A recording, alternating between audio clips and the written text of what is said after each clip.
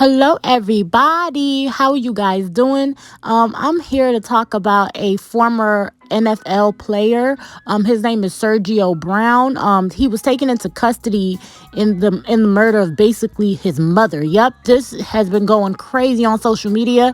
I guess this young gentleman killed his mother. Let's get into the story. I'm going to break it down for you Now, all. Former NFL player Sergio Brown, who has been missing since the death of his mother last month, was taken into custody on Tuesday after a warrant was issued for, first-degree murder in her killing. Now, police said all of this in a police statement. Now, Brown, who's 35, was arrested in San Diego while returning into the U.S. from Mexico. Now, police in Maywood, Illinois, said that he was awaiting extradition to Maywood, a suburb of Chicago, to face the murderer charge, and that's basically what the police said. Now, Mexican law enforcement officers have known Brown whereabouts since at least September 19th. A law enforcement source familiar with the investigation told CNN, which first reported Brown's arrest. Mexican law enforcement deported him after authorities in Illinois obtained an arrest warrant pertaining to his mother's death, the source said. Now, Brown's deportation was not without incident, the source said, indicating the former NFL player created a disturbance on an extradition flight from Mexico City to Tijuana and was threatened with removal by the plane captain. Now, San Diego sheriff, a department inmate, records indicate Brown was in the agency's custody Wednesday and being held on a felony fugitive arrest warrant. A court hearing is set for November. Now, the specific day is November 13th. Under U.S. interstate extradition laws, a hearing is required if a defendant does not waive extradition, and basically a court would be required to provide the final sign-off before Brown is removed from California and taken to Illinois. The body of his mother, Myrtle Brown, 73, was found in a creek behind a Maywood home on September 16th. And basically that's what the Maywood police said. Relatives had alerted police that they'd been unable to find or contact her or her son, the police said. Now, the Cook County Medical Examiner Office determined she died from injuries related to an assault, and the manner of death was ruled a homicide, according to spokesperson Natalia Dikovichny. Sergio Brown played defensive back for Notre Dame before signing with New England Patriots as an undrafted free agent in 2010. He played 7 seasons in the NFL as a member of the Patriots, Indianapolis Colts, Jacksonville Joggers, and Buffalo Bills. Myrtle Brown family remembered her as a beautiful, loving, and inspirational soul that made everyone around her feel like they mattered. A day after his mother was found dead, Brown's brother took to social media to ask for help in finding him. "My brother Sergio is still missing," Nick Brown wrote on Instagram. "If anyone knows where he is, I want him to know that I love you and please come home. It's a sad but, hopeful time, and we will all get through this together," Nick Brown wrote. "Mom always told me tough times don't last, and our last conversation about tough times being temporary is my beacon of hope. Mom, thank you for being strong, caring, diligent, fancy, funny, and for saving my art. I won't let you down."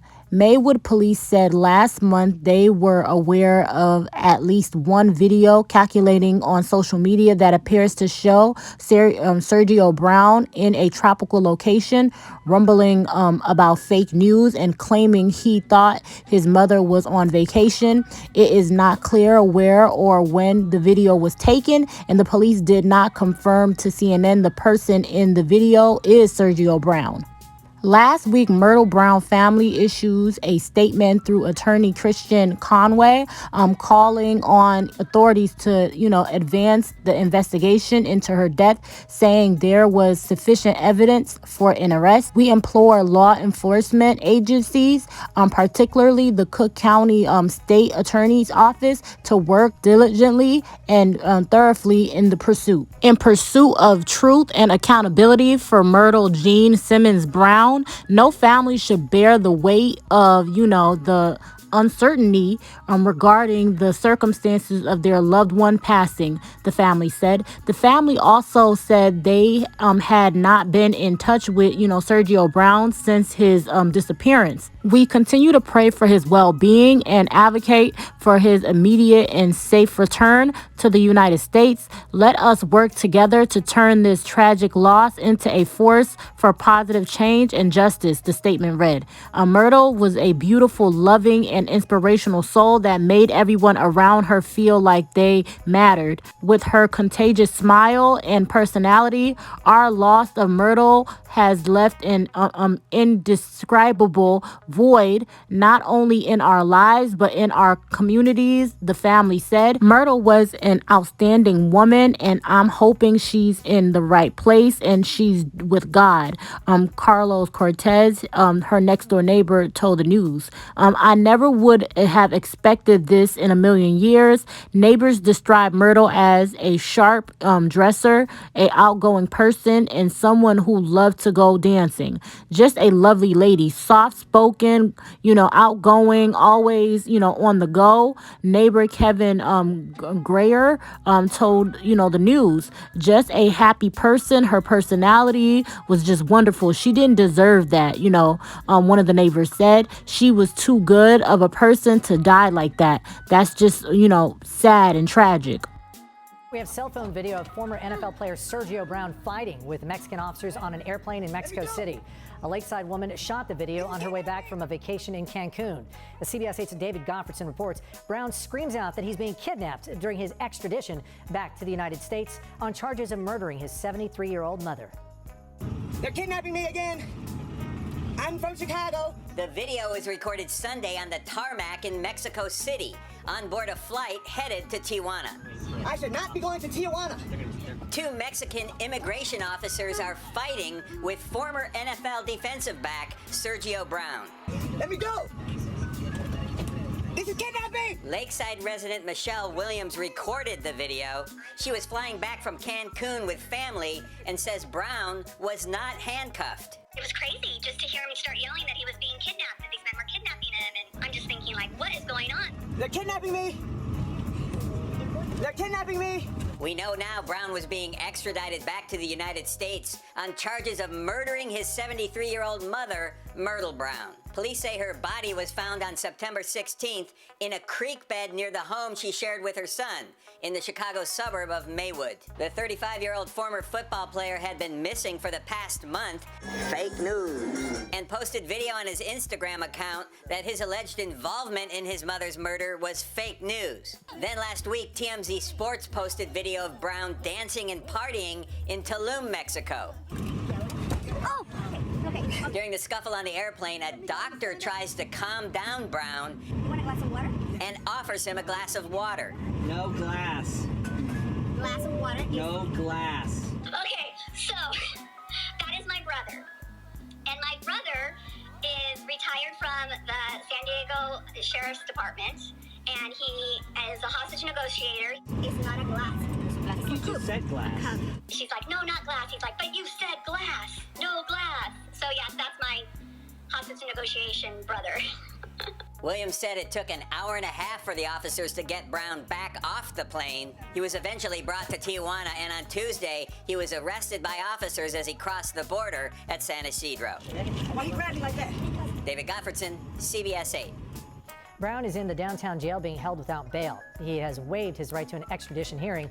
Officers have 30 days to pick him up and transport him back to Illinois to face murder charges. Wow, this entire situation is absolutely crazy.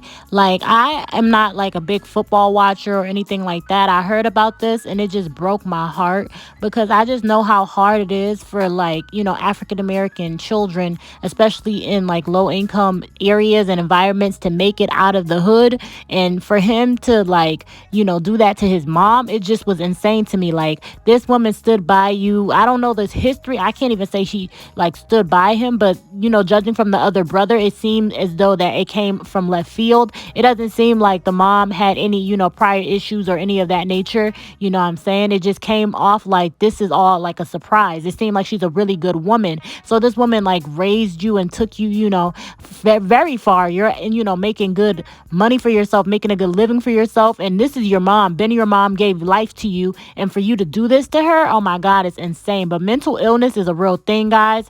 I pray for everybody in this situation. I pray that justice, whatever that may be, is served and, the right thing is being done and God looks over this entire situation. I don't really have much to say about this. It just breaks my heart to see this. But you all let me know what you think. And I love you guys to pieces. Bye.